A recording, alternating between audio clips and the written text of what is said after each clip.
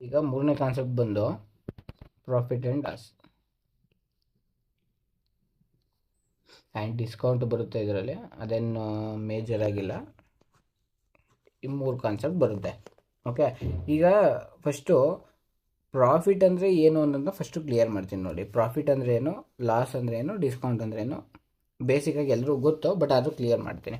ಈಗ ನಾನೊಂದು ಯಾವುದೋ ಒಂದು ವಸ್ತುನ ನಾನು 100 ರೂಪಾಯಿಗೆ ತೊಗೊಬಂದೆ, ಅದನ್ನು ನಾನು 120 ರೂಪಾಯಿಗೆ ಮಾರಿದ್ರೆ ನನಗೆ 20 ರೂಪಾಯಿ ಪ್ರಾಫಿಟ್ ಆ್ಯಂಡ್ 20% ಪ್ರಾಫಿಟ್. ಕ್ಲಿಯರ್? ನಾನು ಯಾವುದೋ ಒಂದು ವಸ್ತುನ ತೊಗೊಬಂದೆ, 100 ರೂಪಾಯಿಗೆ ತೊಗೊಬಂದು 80 ರೂಪಾಯಿಗೆ ಮಾರಿದ್ರೆ ನನಗೆ 20 ರೂಪಾಯಿ ಲಾಸು ಆ್ಯಂಡ್ 20% ಲಾಸು. ಅದೇ ನಾನು ಯಾವುದೋ ಒಂದು ಪ್ರಾಡಕ್ಟ್ನ 500 ರೂಪಾಯಿಗೆ ತೊಗೊಬಂದು 100 ರೂಪಾಯಿಗೆ ಮಾರಿದರೆ, 500 ರೂಪಾಯಿಗೆ ತೊಗೊಬಂದು ನಾನು 600 ರೂಪಾಯಿಗೆ ಮಾರಿದರೆ ನನಗೆ ಎಗೇನ್ ಸೇಮು 100 ರೂಪಾಯಿ ಪ್ರಾಫಿಟ್ಟು. ಬಟ್ ಆದರೆ ನನಗೆ ಪ್ರಾಫಿಟ್ ಆಗಿರೋದು 20%. ಇದು ಎರಡು ಒಂದೇ. ಓಕೆ, ಪರ್ಸೆಂಟ್ ಮೀನ್ಸ್ ಪರ್ಸೆಂಟ್ ಇದರಲ್ಲಿ ಎರಡು ವರ್ಡ್ ಇದೆ. ಸೆಂಟ್ ಮೀನ್ಸ್ 100, ಪ್ರತಿ 100ಗೆ ಅಂತ ಅರ್ಥ. ಪ್ರತಿ 100ಗೆ ಎಷ್ಟು ಅಂತ. ಇಲ್ಲಿ ನನಗೆ 500 ರೂಪಾಯಿಗೆ 100 ರೂಪಾಯಿ ಪ್ರಾಫಿಟ್ ಅಂದರೆ ಪ್ರತಿ 100 ರೂಪಾಯಿಗೆ ಎಷ್ಟು ಅಂತ, 100 ರೂಪಾಯಿಗೆ 20 ರೂಪಾಯಿ ಪ್ರಾಫಿಟ್ ಅಂತ ಅರ್ಥ.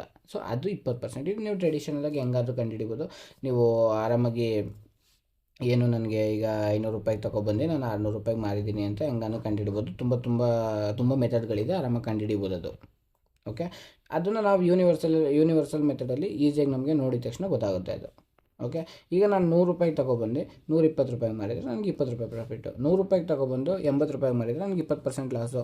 ಅದೇ ನಾನು 500 ರೂಪಾಯಿಗೆ ತೊಗೊಬಂದು 400 ರೂಪಾಯಿಗೆ ಮಾರಿದರೆ ಎಗೇನ್ ನನಗೆ 20% ಲಾಸು. ನಂಬರ್ ಚೇಂಜ್ ಆಗ್ಬೋದು, ಬಟ್ ಪರ್ಸೆಂಟೇಜು ಅದು ಸೇಮ್ ಪರ್ಸೆಂಟ್ ಇದ್ದರೆ ಇಲ್ಲಿ ಏನೂ ಚೇಂಜ್ ಆಗೋಲ್ಲ, ಸೇಮ್ ಇರುತ್ತೆ.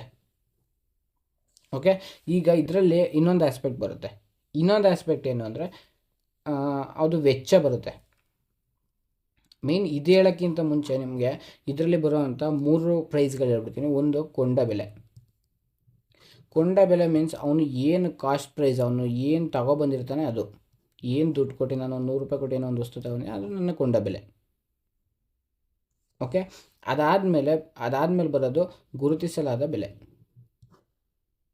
ಅಂದರೆ ನಾನು ಯಾವುದೋ ಒಂದು ಮಾರ್ಕೆಟ್ ಪ್ರೈಸು, ನಾನು ಯಾವುದೋ ಒಂದು ಪ್ರೈಸ್ನ ಮಾರ್ಕ್ ಮಾಡಿರ್ತೇನೆ.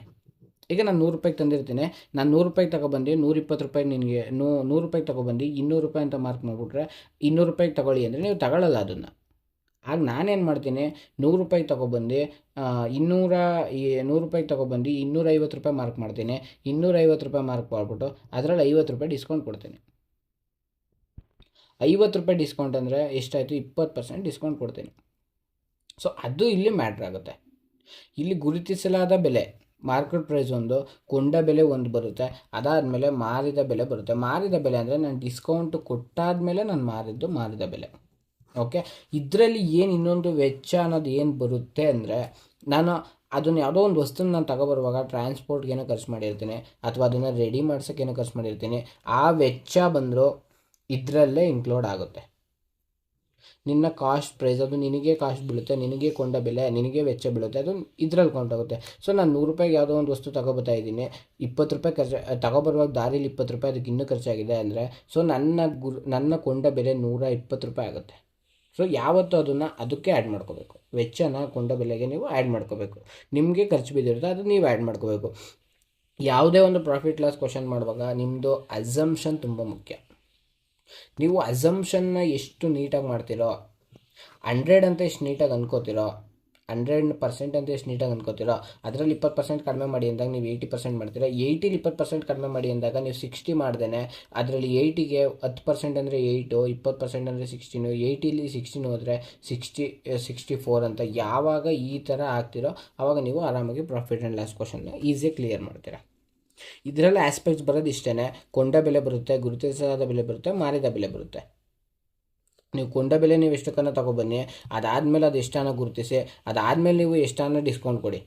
ಡಿಸ್ಕೌಂಟ್ ಕೊಟ್ಬಿಟ್ಟು ಫೈನಲಾಗಿ ಪ್ರೈಸ್ ಮಾಡ್ತಿರಲ್ಲ, ಇಲ್ಲಿ ಕೊಂಡ ಬೆಲೆಯಿಂದ ಇಲ್ಲಿ ಮಾರಿದ ಬೆಲೆ ನಡುವೆ ಇರೋದು ನಿಮ್ಮ ಪ್ರಾಫಿಟ್ ಆರ್ ಲಾಸ್.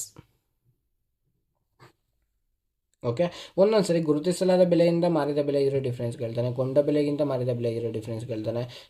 ಈ ಥರ ಕೊಂಡ ಬೆಲೆಯಿಂದ ಗುರುತಿಸಲಾದ ಬೆಲೆಗೆ ಇದು ಡಿಫ್ರೆನ್ಸ್ ಕೇಳ್ತಾನೆ. ಅವೆಲ್ಲನೂ ನೀವು ಮಾಡೋಕ್ಕೆ ರೆಡಿ ಇರಬೇಕು. ಒಂದು ಕಾನ್ಸೆಪ್ಟ್ ಕ್ಲಿಯರ್ ಆದರೆ ಇದನ್ನು ನಾನು ಕ್ವಶನಲ್ಲಿ ಹೇಳ್ಕೊಡ್ತೀನಿ ನಾನೀಗ. ನೋಡಿ, ಇದು profit and loss question. Profit and loss. Okay, ಇದರಲ್ಲಿ ಫಸ್ಟು ಏನಿದೆ ಕ್ವಶನ್ನ ನೀಟಾಗಿ ನೋಡ್ಕೊಳ್ಳೋಣ. ಇದು ಈಸಿ ಕ್ವಶನ್ ಇದೆ ಇದು. ಓಕೆ, ಈಸಿ ಕ್ವಶನ್ ಇದೆ. ಇದರಲ್ಲಿ ಏನಿದೆ ಅಂತ ಫಸ್ಟು ನೋಡ್ಕೊಳ್ಳೋಣ. ಒಂದು ವಸ್ತುವನ್ನು ಅದರ ಖರೀದಿ ಬೆಲೆಗಿಂತ 20% ಕಡಿಮೆ ಬೆಲೆಗೆ ಮಾರಾಟ ಮಾಡಲಾಗುತ್ತದೆ. ಫಸ್ಟು ಖರೀದಿ ಬೆಲೆ ಅವನು ಕೊಟ್ಟಿಲ್ಲ ಅಂದರೆ ನಾವು ಅದನ್ನ 100 ಅಂತ ಅಂದ್ಕೊಳ್ಳೋಣ. ನೋಡಿ, ಇದರಲ್ಲಿ ಮೇಯ್ನ್ ಏನಂದರೆ ನೀವು ಪ್ರಾಫಿಟ್ ಆ್ಯಂಡ್ ಲಾಸ್ ಆಗಿರ್ಬೋದು, ಯಾವುದೇ ನೀವು ಪರ್ಸೆಂಟೇಜ್ ಲೆಕ್ಕದಲ್ಲಿ ಮಾಡೋದ್ರಲ್ಲಿ ಯಾವುದಕ್ಕೆ ಹೋದರೂ ನೀವು ಫೈನಲಾಗಿ 100ಗೆ ಬರಬೇಕು. 100ನ ಬೇಸಾಗಿ ಇಟ್ಕೊಂಡು ನೀವು ಮಾಡ್ಕೊ ಹೋದರೆ ನಿಮಗೆ ಈಸಿಯಾಗಿ ಯೂನಿವರ್ಸಲ್ ಮೆಥಡ್ ಇದು. ಯೂನಿವರ್ಸಲ್ ಮೆಥಡಲ್ಲಿ ನಿಮಗೆ ಈಸಿಯಾಗಿ ಕ್ಲಿಯರ್ ಆಗುತ್ತೆ. ಓಕೆ, ನೀವು ಈಗ ಫಸ್ಟು ಖರೀದಿ ಬೆಲೆಗಿಂತ ಒಂದು ವಸ್ತುವನ್ನು ಅದರ ಖರೀದಿ ಬೆಲೆಗಿಂತ 20% ಕಡಿಮೆ ಬೆಲೆಗೆ ಮಾರಾಟ ಮಾಡಲಾಗುತ್ತದೆ. ಖರೀದಿ ಬೆಲೆ ಅವನು ಕೊಟ್ಟಿಲ್ಲ, ಸೊ ನಾವು 100 ಅಂತ ಅಂದ್ಕೊಳ್ಳೋಣ. 20% ಕಡಿಮೆ ಬೆಲೆಗೆ ಮಾರಾಟ ಮಾಡಲಾಗುತ್ತದೆ ಅಂದರೆ 80 ರೂಪಾಯಿಗೆ ಮಾರಾಟ ಮಾಡ್ತಾನೆ. 100ರಲ್ಲಿ 20% ಕಳೆದ್ರೆ 80 ಅಲ್ವಾ, 80 ರೂಪಾಯಿಗೆ ಮಾರಾಟ ಮಾಡ್ತಾನೆ. ಮಾರಾಟದ ವೆಚ್ಚವು 50 ರೂಪಾಯಿ. ಈ ಮಾರಕ್ಕೆ ಅವನಿಗೆ ವೆಚ್ಚ ಆಗೈತೆ. ಓಕೆ, ವೆಚ್ಚ 50 ರೂಪಾಯಿ. ನಾನು ಆಗಲೇ ಅದಕ್ಕೇ ವೆಚ್ಚದ ಬಗ್ಗೆ ನಿಮಗೆ ಕ್ಲಾರಿಟಿ ಕೊಟ್ಟಿದ್ದು. ವೆಚ್ಚ ಬಂದು ಅವನು ಏನು ತೊಗೊಂಡಿರ್ತಾನೆ ಅದಕ್ಕೇ ವೆಚ್ಚ ಆ್ಯಡ್ ಆಗುತ್ತೆ. ಸೊ ಈಗ ಮುಂದಕ್ಕೆ ನೋಡೋಣ, ವೆಚ್ಚನ ಎಲ್ಲಿ ಆ್ಯಡ್ ಮಾಡಬೇಕು ಅಂತ ಮುಂದಕ್ಕೆ ನೋಡೋಣ. ಆ ವೆಚ್ಚ ಅವನು ಹೇಳ್ತಾ ಇರೋದು 50 ರೂಪಾಯಿ. ಅದು ಮಾರಾಟದ ಬೆಲೆಯ 5%ಗೆ ಸಮ ಆಗಿದೆ ಅಂತ ಅರ್ಥ ಆಗ್ತಿದೆಯಾ? ಇಲ್ಲಿ 80ರಲ್ಲಿ 5% ಅಂದರೆ ಎಷ್ಟು? 80ರಲ್ಲಿ 10% ಅಂದರೆ 8, 5% ಅಂದರೆ 4. 80ರಲ್ಲಿ 4 ಅನ್ನೋದು ನಮಗೆ ಇಲ್ಲಿ 5% ಅಂತ ಗೊತ್ತಾಯಿತು. ಓಕೆ, ಈ 80ರಲ್ಲಿ 4 ಅನ್ನೋದು 50 ರೂಪಾಯಿ, 5% ಅನ್ನೋದು ಕೂಡ 50 ರೂಪಾಯಿ. ಅವ್ರು ಕೇಳ್ತಾ ಇರೋದು ಅವ್ನಿಗಾಗಿರೋ ನಷ್ಟ ಕೇಳ್ತವ್ರೆ. ಅವ್ನಿಗಾಗಿರೋ ನಷ್ಟ ಏನು? 80. ಈಗ 100 ರೂಪಾಯಿಗೆ ತೊಗೊಬಂದವನೇ 20 ರೂಪಾಯಿ ಕಡಿಮೆ ಬೆಲೆಗೆ ಮಾರವನೆ 80. ಅದಾದಮೇಲೆ ಅವನಿಗೆ 5% ನಷ್ಟ, 5% ಖರ್ಚು ಬಿದ್ದೈತೆ. 80ರಲ್ಲಿ 5% ಅಂದರೆ 4 ಹೋಗುತ್ತೆ, ಇನ್ನು 76. ಅವನು 100 ರೂಪಾಯಿಗೆ ಕೊಂಡ ಬೆಲೆ 100 ರೂಪಾಯಿಗೆ ತೊಗೊಬಂದಿದ್ದಾನೆ, ಆದರೆ 80 ರೂಪಾಯಿಗೆ ಮಾರಿದ್ದಾನೆ. ಆದರೆ 80 ರೂಪಾಯಿಗೆ ಮಾರಿದ್ರೂ ಕೂಡ ಫೈನಲಾಗಿ ಮಾರಿರೋದು ಅವನು 76 ರೂಪಾಯಿಗೆ. 80 ರೂಪಾಯಿಗೆ ಮಾರಿದ್ದಾನೆ, ಬಟ್ 4 ರೂಪಾಯಿ ಲಾಸ್ ಆಗಿದೆ ಅಂತ ಹೇಳ್ತಾ ಇದ್ದಾರೆ. ಫೈನಲಾಗಿ ಅವ್ನು ಮಾರಿರೋದು 76 ರೂಪಾಯಿಗೆ. ಇಲ್ಲಿಂದ ಇಲ್ಲಿಗೆ ಅವನಿಗೆ ಡಿಫ್ರೆನ್ಸು 24 ರೂಪಾಯಿ ಡಿಫ್ರೆನ್ಸ್ ಆಗಿದೆ. ನಮ್ಮ ಪ್ರಕಾರ, ಅವರ ಪ್ರಕಾರ 4 ಅಂತ ಅಂದರೆ ಅಥವಾ 5% ಅಂತ ಅಂದರೆ, ನಮ್ಮ ಪ್ರಕಾರ 4 ಅಂದರೆ 5%, ಅವರ ಪ್ರಕಾರ 4 ಅಂದರೆ 50 ಅಂತ ಅರ್ಥ. 50 ರೂಪಾಯಿ ಅಂದರೆ 4 ಅಂತ ಅರ್ಥ. ಓಕೆ, ಈಗ ಅವ್ರು ಕೇಳಿರೋದೇನೋ ಅವ್ನಿಗಾಗಿರೋ ನಷ್ಟ ಏನು ಅಂತ ಕೇಳೋರೆ. ಅವ್ನಿಗಾಗಿರೋ ನಷ್ಟ ಎಷ್ಟು? 24. ಅವ್ನಿಗಾಗಿರೋ ನಷ್ಟ 24. 4 ಅಂದರೆ 50 ಅಂದರೆ 24 ಅಂದರೆ ಎಷ್ಟು ನೋಡಿ? 24 ಅಂದರೆ ಎಷ್ಟು? 4 ಅಂದರೆ 50 ಅಂದರೆ 24 ಅಂದರೆ ಎಷ್ಟು? ಇದು 2 ಲೈನ್ ಮೆಥಡ್ ಫೈನಲಾಗಿ ಬರೋದು. ಓಕೆ, ಈಗ ಕನ್ಕ್ಲೂಷನ್ ಬರೋಣ. 4 1 4, 10 ಮಿಕ್ತು, 4 2 8, 2 ಮಿಕ್ತು 0.5. 12.5 ಇಂಟು 24.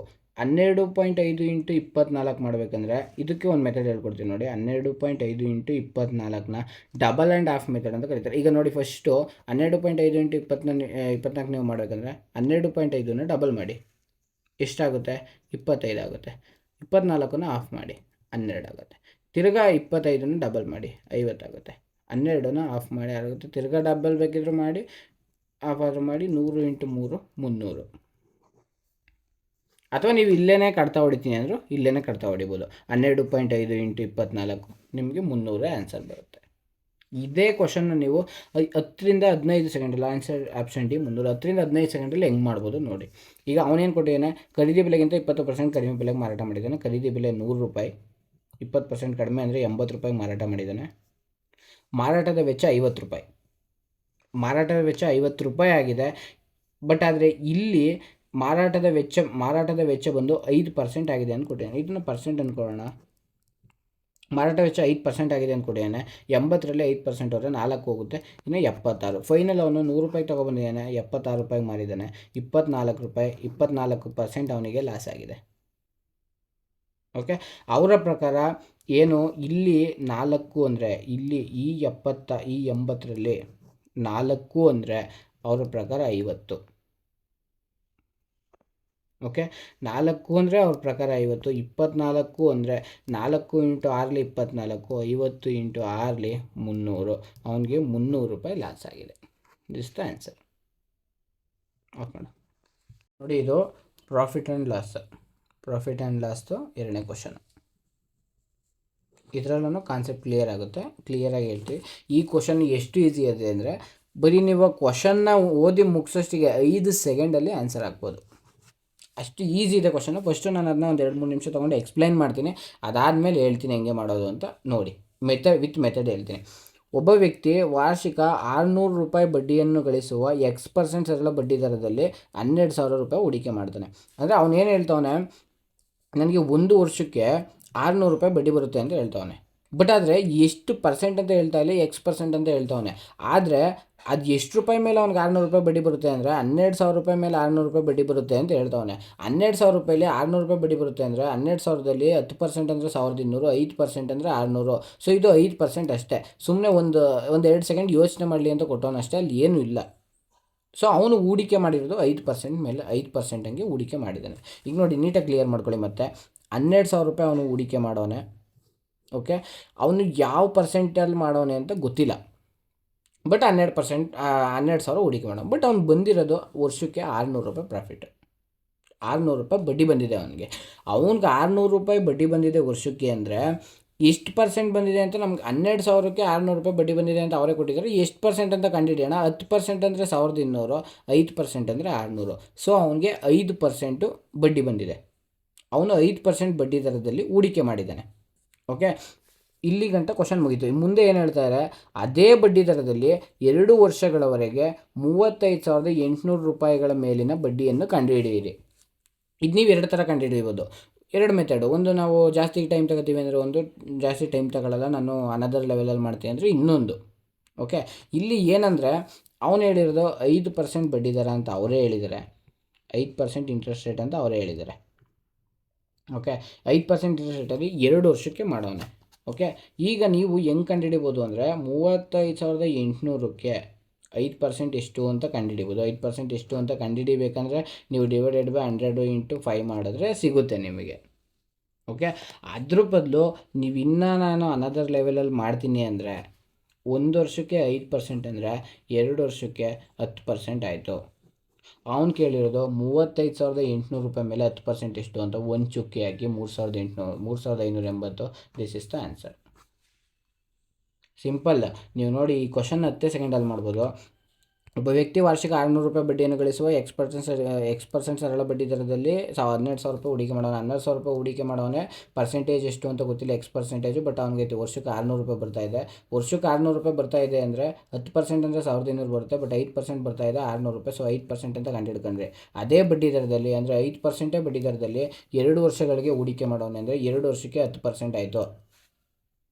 10%. ಇನ್ನು 35,800 ರೂಪಾಯಿ ಮೇಲೆ ಬಡ್ಡಿ ಎಷ್ಟಾಯ್ತದೆ ಅಂತ ಕಂಡುಹಿಡಿಯೋದು ಅಂತ ಕೇಳ್ತಾನೆ. 35,800 ರೂಪಾಯಿಗೆ 10% ಕಂಡುಹಿಡಿಯೋದು ಒಂದೇ ಒಂದು ಪಾಯಿಂಟ್ ಹಾಕಿದ್ರೆ 3,580 ಇದೆ 10%.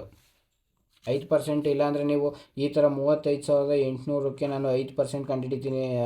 10 ಅಂದರೆ 3,580. ಅದನ್ನು ಡಿವೈಡೆಡ್ ಬೈ 2 ಮಾಡಿಬಿಟ್ಟು ನಾನು 5% ಕಂಡುಹಿಡಿತೀನಿ. 5% ಸಿಗುತ್ತೆ, ಅದಕ್ಕೆ ಇಂಟು 2 ಮಾಡ್ತೀನಿ ಅಂದರೆ ಆಗಲ್ಲ.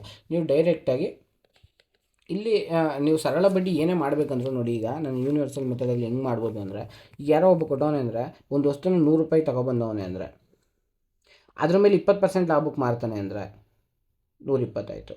ಓಕೆ, ಅದ್ರ ಮೇಲೆ ಮತ್ತೆ 20% ಲಾಭಕ್ಕೆ ಮಾರ್ತಾನೆ ಅಂದರೆ 24, 144 ಆಯಿತು. ಸೊ ನೀವು ಈಗ ಯಾವುದೋ ಒಂದು ಅಮೌಂಟ್ ಕೊಟ್ಟಿರ್ತಾನೆ ಅವನು, ಎಷ್ಟು ಒಂದು 20,000 ಅಮೌಂಟ್ ಕೊಟ್ಟಿರ್ತಾನೆ, 20,000ಕ್ಕೆ ತಂದಿದ್ದೀನಿ ಅಂತ. ಆಗ ನೀವು 20,000ದಿಂದ 20% ಎಷ್ಟಾಯಿತು, ಅದರಿಂದ ಮತ್ತೆ 44ಕ್ಕೆ ಎಷ್ಟಾಯಿತು ಅಂತ ಕಂಡುಹಿಡಿಯೋ ಅವಶ್ಯಕತೆ ಇಲ್ಲ. 20,000ದಲ್ಲಿ 1% ಅಂದರೆ ಎಷ್ಟು, 2 ಪಾಯಿಂಟ್ ಹಾಕಿದ್ರೆ 1% ಸಿಕ್ತು, 200. ಬಟ್ ಇಲ್ಲಿ ನಿಮ್ಗೆ ಪ್ರಾಫಿಟ್ ಆಗಿರೋದು 44%. ಇಂಟು 44 ಹಾಕಿದ್ರೆ ನಿಮ್ಗೆ ಆನ್ಸರ್ ಸಿಗುತ್ತೆ 8,800. ಸಿಂಪಲ್ ಇದೆ. ನೀವು ಯಾವುದೇ ಯೂನಿವರ್ಸಲ್ ಮೆಥಡ್ ಯೂಸ್ ಮಾಡಬೇಕಂದ್ರೆ 100ಇಂದ ತೊಗೊಬಂದು ಫೈನಲಾಗಿ ಅದು 150 ನಿಂತರೆ ನೀವು ಇದರಲ್ಲಿ 1% ಎಷ್ಟು ಅಂತ ಕಂಡುಹಿಡ್ಕೊಂಡು ಇಂಟು 50 ಮಾಡಿಬಿಟ್ಟು ಆನ್ಸರ್ ಕ್ಲಿಯರ್ ಮಾಡ್ಬೋದು. Answer is 3580. ಇಷ್ಟೇ ಕ್ವಶನ್ ಇರೋದು.